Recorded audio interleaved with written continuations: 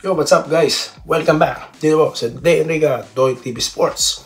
Well, ang ating pag-uusapan guys ay ang ating prediction sa bakbakang Ginebra San Miguel. Okay?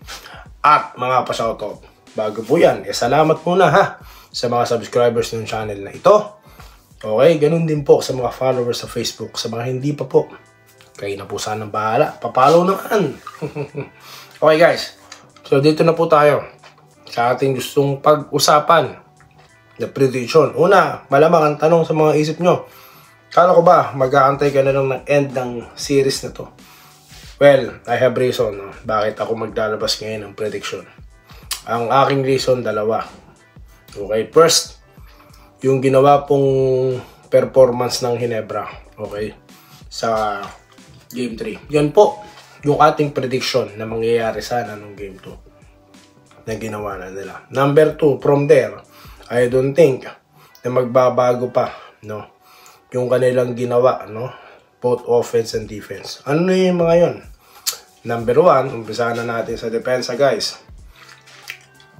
Minarkahan nila yung mga shooters. They close in, no, sa mga shooters. Minarkahan na yung mga shooter talaga, katulad po ni Marshall Lassiter, di po ba? Then, sa opensa, they can display na kaya nilang umatake sa loob at labas at mag-initiate ng pass break opportunity, no? So from there, sa offense and defense na yan, I don't think babaguhin pa ng Ginebra yan. Sigurado, i-enhance pa nila yan. Okay? So dito na tayo sa prediction. Kaya yan po ang dahilan ba't ako magpe-prediction ngayon. Ngayon, ano yung prediction ng Doy TV? Definitely, high level of basketball na naman guys, yung ating matutunghayan. Bakit? Pinanggalingan ng Game 3, tsak, improve pa nila yan. Anong ibig ko sabihin? Kung nag-close up na po sila sa mga 3-point players, no, ng San Miguel, mas higpitan po nila. Bakit? Na-crack yun ni Trollano di po ba? Tapos yung iba po, halos hindi lang nagpasukan yung ilang 3-point shots ng San Miguel, katulad nila Kahilig, di po ba? Pero I'm sure na mark up na rin yun lahat, no? Then at the same time, sa opensa naman po ng Ginebra, kaya nilang gawin. Matake sa loob, no? Then at the same time, mag-initiate ng pass break at 3-point shots. Yung magandang shot selection po, no? Hindi yung pilit. So nakita natin lahat yan yung Game 3. Ito pa po yung isa. Disadvantage, ano yun? Yung condition po ni John Margan. Okay? May mga reports po na sinasabi na improving, no? Ito si John Mar. Pero, yung huli pong interview kay John Mar, tila hindi po siya sigurado kung masama po ba na ilaro niya. Yung palang injury niya na may tear na. Di po ba? So, yun po yung nakakabahala, no? Na bakit ganun ang kanyang reaction? Wala bang physician na nagsasabi? Di, okay yan. Para confident naman siya habang sinasagot niya yung mga interview, di po ba? So, dun po tayo nagtataka. Tsaka nakikita nyo po sa kilos niya. No? Yung mga latter part of the game, hinahawakan niya na. Di po ba? So, ngayon, kung ikaw ay Ginebra at nakita mong ganun na sentro ng kalaban, antiman, no? Aatakihin mo na, no? So, yun talaga yun. Kahit po sa boxing ganun. Kung saan po yung iniinda na ng boxingero, yun po yung pupuntaryahin ng kalaban. So, legal po yan sa sports at wala naman po masama dyan. No? So, yan po. Anong ibig ko sabihin? Kung nakikita na nila mabagal yung San Miguel, raratsadahin na nila yun. Tatakbuhan na po yan. At lamang po yung Ginebra sa ganun. Laro nila yun Di po ba? Ang edge lang po talaga ng San Miguel, halos lahat sila doon 3-point shots. Kaya nga sabi ko, that's their first offense, no? Tapos sumunod na lang po yung mga attack to the lane. Kung babasahin nyo po yung mga galawan ni CJ Perez, di po ba? At yung ibang mga player, mache-check nyo na po. Kaya nga sabi ko, di ba? Kung nung Game 2, ito yung nangyari, wala po tayong mahabang seryeng pinag-uusapan. Kaya I'm sure, no, may pattern na po ng Ginebra, no? Susundan lang nila yan. At kapag nagawa nila yan, mananalo po sila sa Game 4. Mas magiging maiksi po, no? Okay? So, yan po ang ating prediction dito. Ginebra sa Game 4. Okay? So, shoutout na po tayo, guys. Ganyan lang po kabilis. Ha? Dito tayo, ha? Sa mga nag-comment po sa ating bagong content. Henry Abellar. Bakit sinukom? Ano ginagawa niya? Ni BGR, wala lang. Ano po ibig sabihin? Dalawa panalo na lang. Pasok na Ginebra sa finals. Dapat Ginebra manalo bukas. Sabi ni Bon Ryan Cantor. Ariel Andanar. Sana di magbago ang laro ng Ginebra. Okay? Panalo ulit ang BGSM at Ross sa Game 4. Sabi naman po ni Julio Cesar La Peña. Okay? Wilfredo Bautista na nagpapasensya sa ekspresyon niya. Okay lang yun, sir. Kaya nga tinanong ko lang kayo. No? Wala pong problema doon.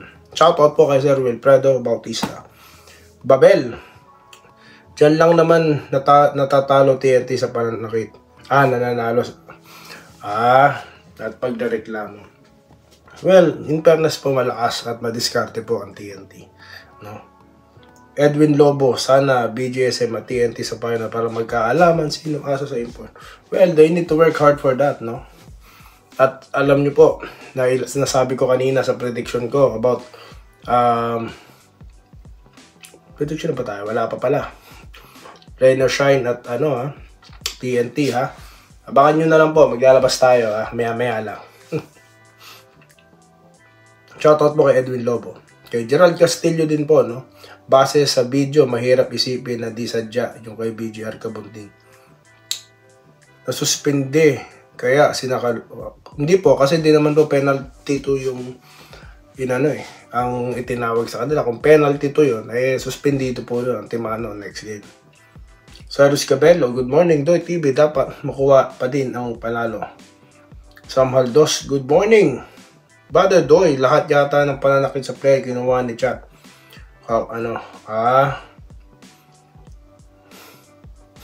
No comment po muna ako. Desire, Vincent Nava, good day, Kabayan Doy. Good luck sa Ginebra sa Game 4 at Ross. Kahit manalo ang Heho Ram, sabi ni Rudy Valera. Coduado plus Dilla, good morning, no? TV, mananalo ulit ang Ginebra kontra Birman. Okay. Wenceslao Habon. Good morning. Kung ganon nilalaro ang Ross Jack, mananalo sila sa Game 4. Okay. Salamat po, ha. Rodante Sabida, Erwin Bersosa, no? Okay, meron pong mga nag-comment dito eh. Hanapin ko lang po kung mababasa ko. Ito. Sabi po ni Ronald Masen or Maken. Bigay lang para umabot sa Game 7. Let's see po, no, itong Game 4. Abangan po natin sa Game 4, sir. Ito si Edgar Acosta. Wala daw po ang maganda at bagong kwento. Nagpaparami ka lang ng views. Pero ang hanap mo, di ka nagre-research. Alam niyo, sir, magaling yung magparatang din, no? Hindi niyo naman alam yung channel na to. Makakapanood nyo lang, no? Alam niyo, sir, nagsasalita po kayo na hindi nyo nalalaman, no? Papaliwanag ko po sa inyo. Di po madali ang pera sa YouTube. Kailangan nyo po ng maraming views. Ito po mga views na 2,000, 3,000. Walang kita dito. Tsaka hindi ko po pinagkakakitaan to dahil ako po ay may trabaho. No, nasa ibang bansa po ako o FW po ako. No. Okay. So hindi po ako nagpapa-Gcash. Diba? Di rin po ako nang hihingi sa mga viewers. Hindi po ganoon. No, wala nga akong pakialam kahit may manood. Kaya wala, di ba? Binabakbakan ko pa yung mga fake news vloggers. Binabanatan ko. Sinong channel ang ganyan? Di mo alam, no? Kasi nga, kapanood mo lang, bumalat ka na. So, yan po yung ayan po yung kinalulungkot ko sa maraming Pilipino sa atin. Ignorante po ang marami sa mga sa social media, no? Ignorante po.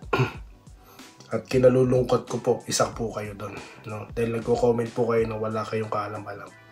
No, hindi daw tayo nagre-research. Alam niyo po ba? Try niyo magsalita. Ng katulad ng ginagawa ko. At wala po laman yung utak niyo. Tignan ko lang kung may masabi kayo. Hindi po ba?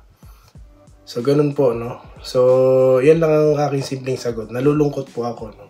Di ako na-offend dyan kay Ginoong Edgar. Dahil po, di lang katulad nyo. Sangkaterbang haters ang hinaharap ko. Bashers, no?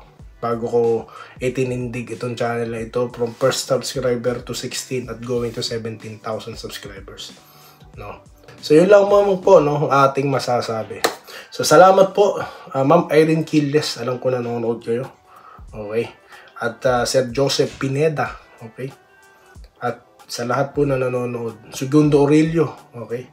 At sa kanila pong Vice Mayor. So, yun lamang. At muli, maraming salamat po sa inyong panonood. At magkita-kita po tayo sa susunod na video content. Dito lamang po sa Enrica Antoy TV Sports. Muli, maraming salamat po sa inyong panonood. Salamat po sa panonood. Subscribe na para sa mga susunod na basketball at boxing videos.